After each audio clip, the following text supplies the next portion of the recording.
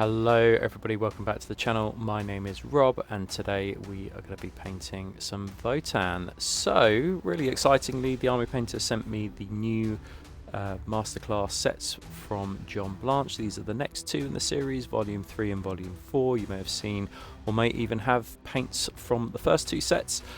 Pretty cool that they're kind of joining together, and these two sets are slightly different. There's a cooler set and then a warmer set, I would describe it as. But I thought I'd do something with these, and some VOTANN kind of took my fancy. I thought I'd do a vehicle in this video as well as the infantry as well. Sometimes it's useful kind of like seeing both those things being painted in a tutorial. This is not necessarily a review today, but what I am going to do is kind of show you a few paints, mainly from the warmer set. But a couple from the cooler set that you can see right now in front of us. So this is Volume 3, and then this is the one we're going to be mainly using today, which is Volume 4. So really interesting paints in here. There's some that I think are really going to be decent, a good addition to my painting arsenal, and probably going to be a good addition to yours as well. As I say though, I won't be going through every single paint or showing you every single paint, but as the year progresses, I'm sure that I'll be kind of doing more and more with these. Certainly Ember Veil, which is a nice vibrant orange paint, is something that I want to maybe do something with in the near future. But yeah, as I say, I wanted to do some sort of grim dark, dirty VOTANN with a little bit of OSL going on, particularly with that Glade Shard green colour. But I just wanted to do something with some pink on it. Not very often I do pink unless I'm doing kind of Emperor's Children or something like that. I guess you could describe it as a desaturated red, but really it's kind of created a bit of a pinky colour. But I think they look quite cool, and I think as like an army scheme, I think this would look pretty good as well. We're going to start off by kind of priming our model in black and then applying a base coat of Root Path over it, which is one of the new sets again from that kind of Volume 4, which is kind of like a warmer set of colours. I'm also going to be using colours from the previous set, so Heavy Metal and Banshee Brown and a couple of others as well, so combining these John Blanche paints all together to see what we can create. If you don't own an airbrush, it's not a problem, right? Like, I've done lots of sponge painting videos that you could just use as an alternative. Just do it with a beauty blender, and then that will create some sick fades on your infantry and on your tanks as well. So loads of different options here, but yeah, as speed is important with these sorts of things, I thought I would get the airbrush out. But doing kind of like OSL effects with the airbrush is, I think, slightly easier, although again you can do it with a brush or do it with a sponge. As you can see though, Root Path, a really nice paint, and as you'd expect from the Fanatic range, or at least that formula, the coverage is really decent. Like 2 thin coats of this and then it was pretty much done. Now I'm going to use one of the paints from Volume 3, which again I would describe as like a cooler set of colours, which is Iceborne. And what I've done is just added a bit of Iceborne into that Root Path, probably around 50-50 mix actually, and then this creates a really nice cream colour.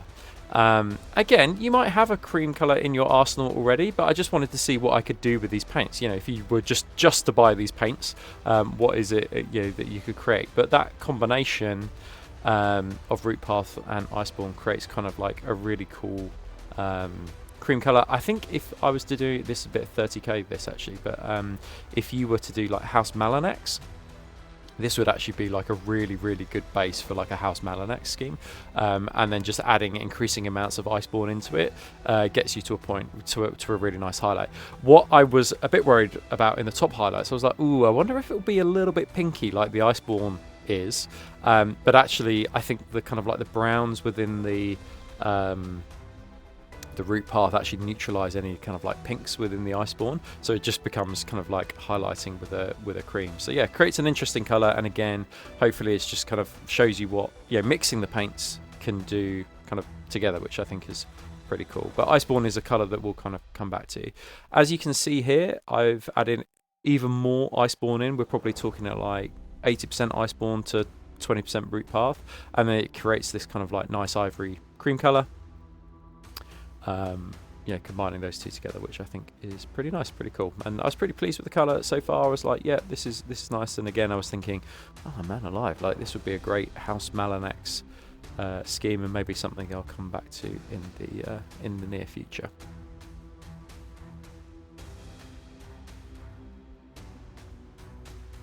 I'm just doing some general highlights over the top of this tank. I think the VOTANN tanks, particularly like the bigger transporter, is a little hard to highlight. So I think just doing kind of general highlights like this, you know, thinking about zenithals and stuff like that, just giving a dark to light, I think just looks quite good. With the infantry, you can see here that we've gone for kind of a zenithal highlight, highlighting the shoulder pads, the top of the torso, the front of the legs, the back of the legs, the back, which is quite broad. I mean, the actual shoulder pads themselves, I'll end up painting kind of this kind of reddish pink color a little bit later. So you don't necessarily need to focus on those, but you know, with the base coat down, it's just slightly easier to paint them because they've got a lighter base coat.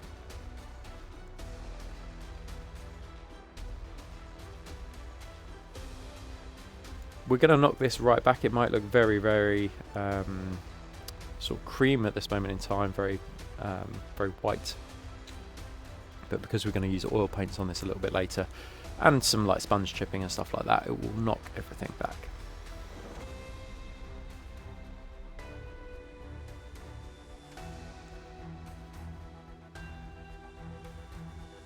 Right, next up, so again we're going to combine two colours together here, which is Bloodthorn and Umber Root. I kind of wanted like a browny red colour, but I actually think like you could just do Bloodthorn as a base coat, and I think that would work really, really nicely as well. I just wanted kind of like a browny red tone again, just mixing and playing around with these colours. This is a 50-50 mix, and I think that yeah, it created quite an interesting kind of like base colour. And I actually think if you wanted to like avoid the kind of like pinks that I went for, then you could just stick to Bloodthorn combined with Umber Root, or just go with Bloodthorn, and then that would be a nice colour for this.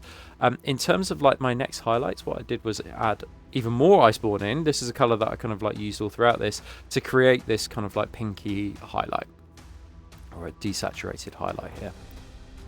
So just giving those panels just a bit of a toot with the airbrush, where I think that you know, the light is hitting them, you know, hitting them from above. And just try and make sure that you get your panels the right way around. I'm not too familiar with VOTANN vehicles, so kind of like working out took a little bit of time, working out kind of exactly which way around they should go. But as you can see, it's quite a desaturated colour, just adding in that Iceborne.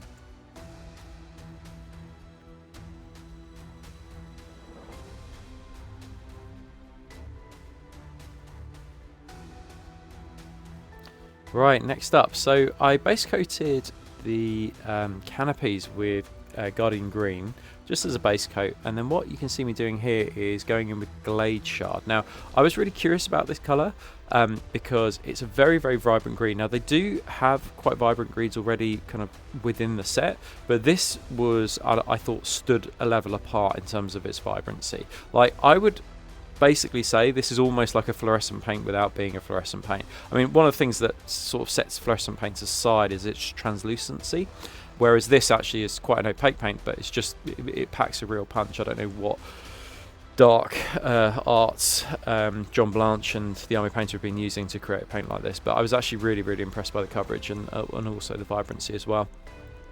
So Glade Shard is one of those paints actually I think is going to be massively useful. It'd be really interesting to kind of like do stuff like edge highlighting with salamanders and striking scorpions and things like that with this, if you're into 40k, because I think that, yeah, this is a colour that people will kind of like refer to quite a lot.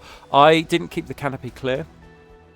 I did consider it, but actually I was just like, I just want to see what's going to happen with this Glade Shard and then the sun petal that we're going to use in a bit. So I just thought kind of like giving it a bit of a greeny yellowish kind of, you know, tint to it, I thought would look quite cool. Again, you could use a sponge, but obviously there's something about the airbrush and those kind of fades that look really cool on canopies. And then next up is sun petal. So I think that this, again, you know, in the way that you fluorescent paints, you have a green and a yellow that would work quite well together. The glade shard and then followed up with the sun petal, I think works really nicely with each other if you want a kind of like a vibrant OSL or something like that. So this is just sun petal over the top of the glade shard, and I think that it works really nicely. I'm going to use this for a little bit of like OSL on the chest a little bit later as well. But yeah, a good combination of paints, good coverage, really impressed, like very vibrant. Yeah, I like them a lot. They were good. Excuse my airbrush though, because I think one of the seals has gone on the airbrush actually. I used a custom micron for this because I was working quite tight to it, but I have a feeling one of the seals might have gone. So I'll have to look into that. And then here you can see the canopies look pretty good. And then in terms of the, I don't know what you call it, the ribbing on the canopy, we'll paint those with silver a little bit later. You can see me just here doing the last touch-ups on the canopy. Right, next up, so we're just going to do a little bit of dry brushing on the edges of these pinkish red parts, and the combination that we used of bloodthorn, umber root, and then a slightly lighter kind of like pinkish colour. I've just combined those together on the dry palette, and then I'm just dry brushing those. So yeah, so this is a combination of Iceborne, umber root, and bloodthorn here. And then just dry brush the edges. The VOTANN tanks, again, like with these panels, as long as they're kind of like left separate, they're quite easy to dry brush and just pick out the edges rather than going around an edge highlighting everything. These tanks are pretty rough and ready. Like, they look good at a distance. Like, if you had a whole army, like a 2,000 point army or whatever of these, like, and you look at it from a distance, I think that this would be quite a cool scheme. So you don't need to worry too much about like being precise with your edge highlights and stuff like that. A little dry brush on the edges of those will be fine. And then heavy metal, which is a paint I use all the time, is from the original kind of Volume 1 and Volume 2 John Blanche sets. I can't remember which one it's from, but basically ever since I've used it, I've just used it as my go-to kind of like dark silver now. And these are available as singles, so you don't necessarily need to buy the whole set in order to get this, but I think I'm right in saying that you can only grab it from the armypainter directly, and you can get 5% off by using the code BLANCHE'S5 as well. Next up, we're going to use Grim Black speed paint, just straight up speed paint on this one for the tyres. This is not one of the paints from the John Blanche set, but because it was called Grim Black, I thought it was appropriate to use it. And then obviously because it's a speed paint, like some of the edges are kind of like highlighted on the edges of the tank as well, so I don't need to go round and edge highlight those things. So this, works really nicely, and then just leave that to dry. Try not to make a mess with it, and again, actually, just be careful with the cream, because you don't want to, blobs of the speed paint kind of like ending up on the on the cream armor. So just be careful, just do thin coats. And then in terms of the kind of like tubing and stuff like that, you can just hit that with Grim Black speed paint as well, and then that will be enough for that. We don't need to highlight any further.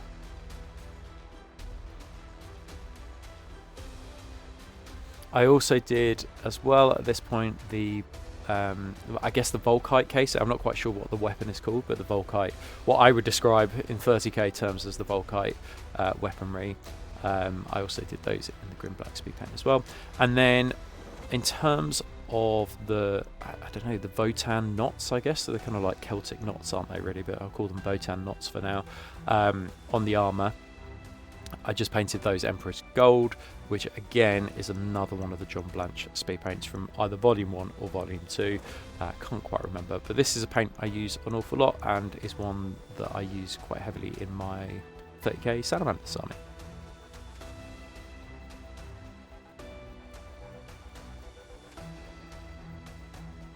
We won't do any highlighting beyond that really. No need at all.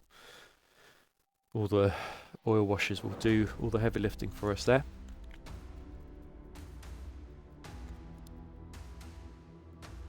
Right, what you can see me doing now with that combination of umber root, bloodthorn and moon petal is just adding a little bit of chipping here and there onto these kind of pink armor elements. You could do the same with a white or an ivory on the armor, but I just thought it was much harder to kind of like the reason why I didn't do it actually was because it's much harder to reach those places without kind of like getting white on the or ivory onto the all the pipes and stuff like that.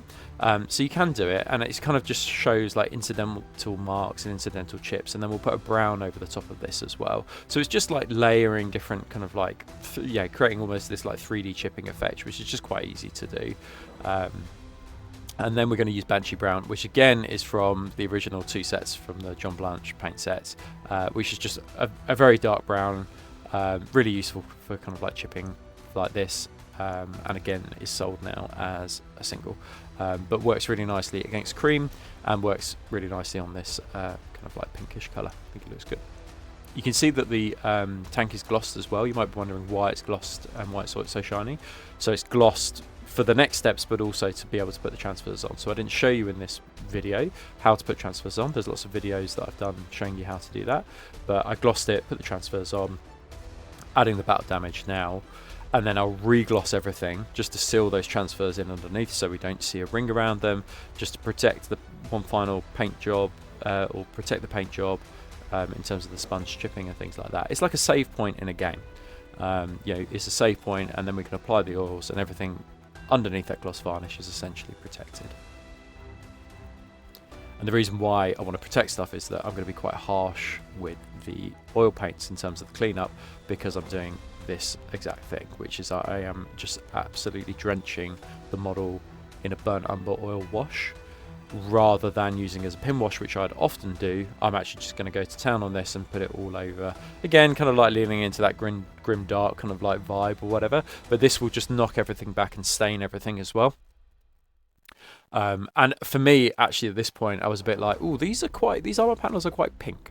So I think that like having a brown wash over them, I thought, okay, this will knock them back a bit and get to more of a colour that I was kind of aiming for.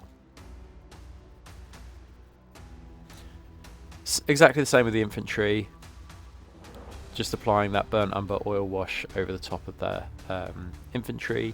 In terms of the actual oil wash, it's just burnt umber mixed with some white spirit, mixed with some oil accelerator, which just speeds up the drying time. I left it for about half an hour, and it was good to go in terms of the cleanup. You can see me breaking the model there. So here, just with a clean Q-tip or a cotton wool bud, I'm just kind of wiping away the excess, leaving the oils in the recesses where essentially that cotton wool bud can't get into.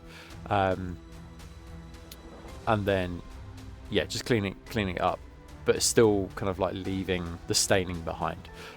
This is not being put into clean white spirit. It is literally just, the cotton wool bud. And then I've matte varnished everything. So this is everything cleaned up, matte varnished everything, and it's ready for the next steps. So at this point it was pretty cool. You could, if you wanted to, kind of like add streaking and stuff like that. I've done videos like that before that you could use, oil streaks and stuff like that.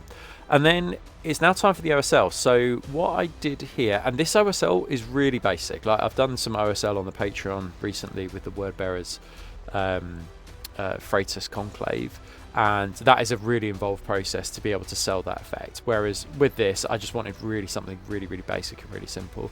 So I think all you need to do is just apply white from whatever lens it is that's creating the light.